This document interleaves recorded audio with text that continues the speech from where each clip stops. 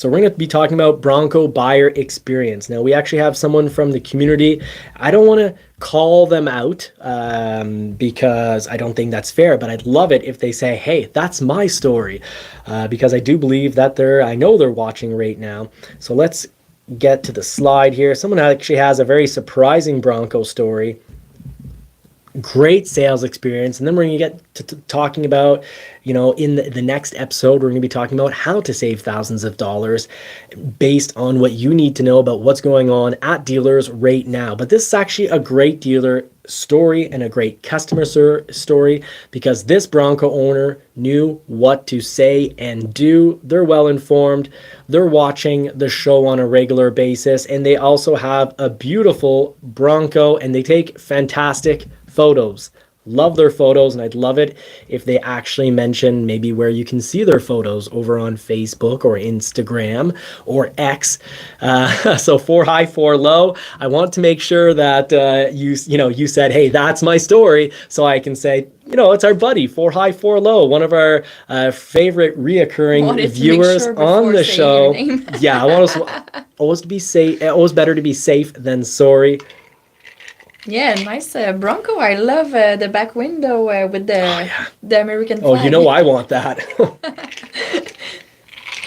Beautiful hardtop. And this, I love the accessories. I think this is a perfectly built Bronco. You see up here, you've got the hardtop. This is the best of both worlds. You know how I've said we are always getting soft tops because we want the ease of throwing back that top. Well, here's a hardtop for the best look. And you can't argue with it. Like, that looks better than our soft top. Yeah. A lot. A lot better. And I don't know if it's a bad word, but I found it badass with the rack on the top here. That is a bad word, but it's okay. I'm sorry. We'll get our show will get not suggested and basically canceled by YouTube, or almost demonetized, because they won't suggest it to anyone because of my rants, not because of your language. Part if you want. No, you don't have to cut it.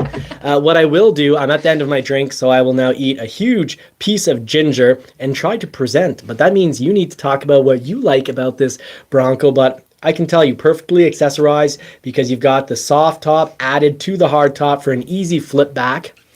Yeah, it's a great accessory, I guess, because it's simple like that. You have the great look of the hardtop and the convenience that you can have a rack on it, so you can have more stuff with you. But you have the easiest part of the soft top that you can remove easily. Here in Canada, we love it because we never know when it will rain. So right. We just go when we arrive at a stop, and we just put it back. Easy like that in 2 seconds. I don't know in Florida or places like that if they need something quick like that, but here with the rain, that's a must. Like I said, I really love the decals of the flag in the back window and the flag at the same time in the back. And I'm loving the paint. It's perfect, yeah, with the paint. The red looks great on a Badlands. This red looks great with the orange stitching on the inside, which I'd much prefer. Instead of our Wild Tracks blue, gray, beige interior, we'd so much prefer the black and orange interior on a Badlands. 4 high, 4 low. You've got good taste, my friend. You've got a beautiful Bronco.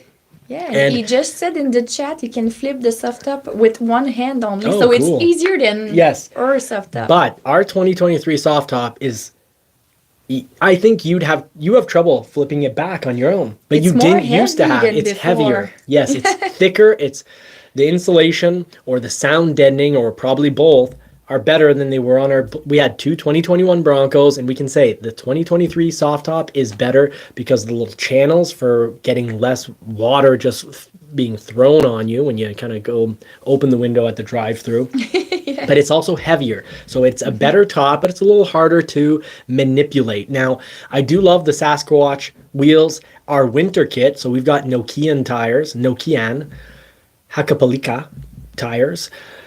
Fantastic winter tires, highly recommend them. And we've got them on Sasquatch mags. So we actually have a secondary set of mags because in the summer, of course, you've got the all black Wild Track wheels that we like quite a bit. Now, I really do like the mud flaps, you can tell us. I think those are rock blocks. We're not sponsored, so 4 high, 4 low. You can go ahead and say exactly how you feel about them. But we've been tempted to buy these before. But they're better than Ford's Sasquatch front mud flaps because they're $640 roughly Canadian. But here's a little trick: you can get WeatherTech for about $80 or $90 Canadian for the front. WeatherTech fits. Now the regular mud flaps fit on the Sasquatch. You can get Ford rear mud flaps that say Bronco on them, and they do a great job. But if you get the regular mud flaps that are exploitative, you can, the front mud flaps at Ford, you have to buy this $640 pair. And if you get the regular pair and you try to throw them on your Sasquatch, you just wasted money because they don't fit on. We've made them fit because just the 2 bottom screws for each side fit. But if you go with WeatherTech, it'll fit. You'll get, I believe it was 3 or 4 of the screws in, and it'll only cost $80. I've tested it before. I spent my money to make sure I brought excellent advice to the group, and that's advice that's going to save you about $550. So I think that's good buying advice right there. Let us know what you think about the rock blocks. I think they look really great, but from recollection, I looked at them and I think they're about $350, and they're sold out the 2-3 times I tried to buy them. And I can understand why. They're good looking, but I love the red with this badge. Another great color for Badlands is blue. We had our blue Badlands, blue with the orange badging and the black interior. So sharp. And I guess you love the thing that he puts at the bottom of the badge, the Bronco sign, like that. Vintage that you were looking for. Yeah. Now we've got the story here, and for some reason it didn't actually stick with everything else. But basically, he got a fantastic dealership experience, no added markup. Good to hear that. And this was from a full Florida dealership. And because I'm not getting the slide to pop up right off, you could give us a little hand and let us know the name of the dealership. I've got it somewhere here in one of these slides, but I'm not going to waste everyone's time with my awful ability to deal with too many of them. But I'll let you know, Marie did tell me I'm only allowed 10 slides in a week so that I actually stay on topic. You won't search a lot if you have only 10. But his experience with the salesman was good as well. So polite, qualified salesman, giving him a good service and selling the vehicle at MSRP. And buying a Bronco at MSRP, folks, is a good deal. So the dealership's called Bozard Ford.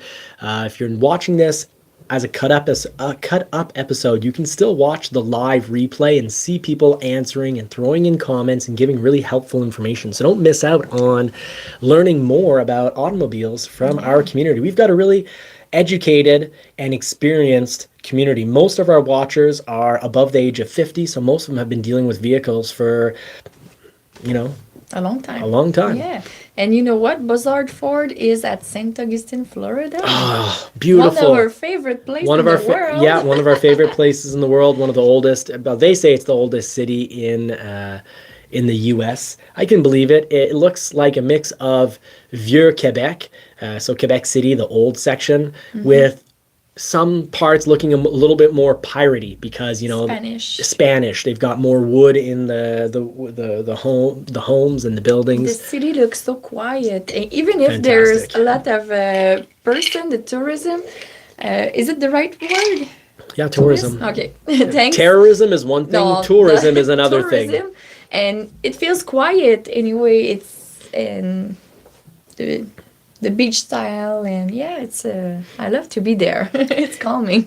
Now we've got another great story here. We've got F9FCJ429 saying he just made 54 cash bet on the 2.7 liter EcoBoost with two-door Bronco. He brought the Bronco to haul himself and his camera gear out to the far out places that he heads to in the U.S. Southwest. Choosing gasoline power was a no-brainer. The charging infrastructure isn't reliable or available enough yet, but I can buy gas just about anywhere people live. So he's making some really good points here. For a back and forth to work vehicle, an EV and home charging makes sense. For a road tripper, no sale here. That's summing up really what I think about this whole EV I think the forced push is a bit of nonsense, but being a company basically being forced into EVs, otherwise you have to pay extra taxes and penalties to the government or to Tesla, and that just helps Tesla lower their prices more, giving you even less of a chance to compete with them, is just complete nonsense. It's a scam, and I think politicians are making money from this. And if you don't believe that politicians make money, well, look what goes on. Sometimes politicians get caught being bribed with gold bars, having their mortgage paid off, with expensive luxury vehicles. Just recently, that actually happened. All of those things with the same person. So he says, no sale here. If it matters, I'm an electrical engineer. He helps develop the stuff. And I love this. I'm going to have to start using this term in the show. I'm going to borrow your term, my friend, F9FC J429. He says, I still say different courses need different horses. That's almost like my smiles per gallon is what counts. I like to say smiles per gallon is what counts. So if I've got a crazy big smile, I can handle paying more gas. Now, a Toyota Tundra, lots of gas. Not much of a smile, not very powerful for the weight. The power to rate ratio is a little disappointing. So that has low smiles per gallon. But let's say a Ford Mustang, pretty darn good in fuel economy because they've got variable twin cam variable. The cams can change their behavior. Variable camshaft timing is variable. So they can be either very performance-oriented cams or more so really economic and fuel-efficient cams. Now, smiles per gallon on the Ford Mustang GT is, I'd say, the highest on the entire market because it's the best-sounding exhaust. Yeah. Thank you, my love. Now, it's not only the feeling of driving it, it's the sound too that makes us having a good experience with that car. Yeah, it's unbelievably powerful as well. Mm-hmm.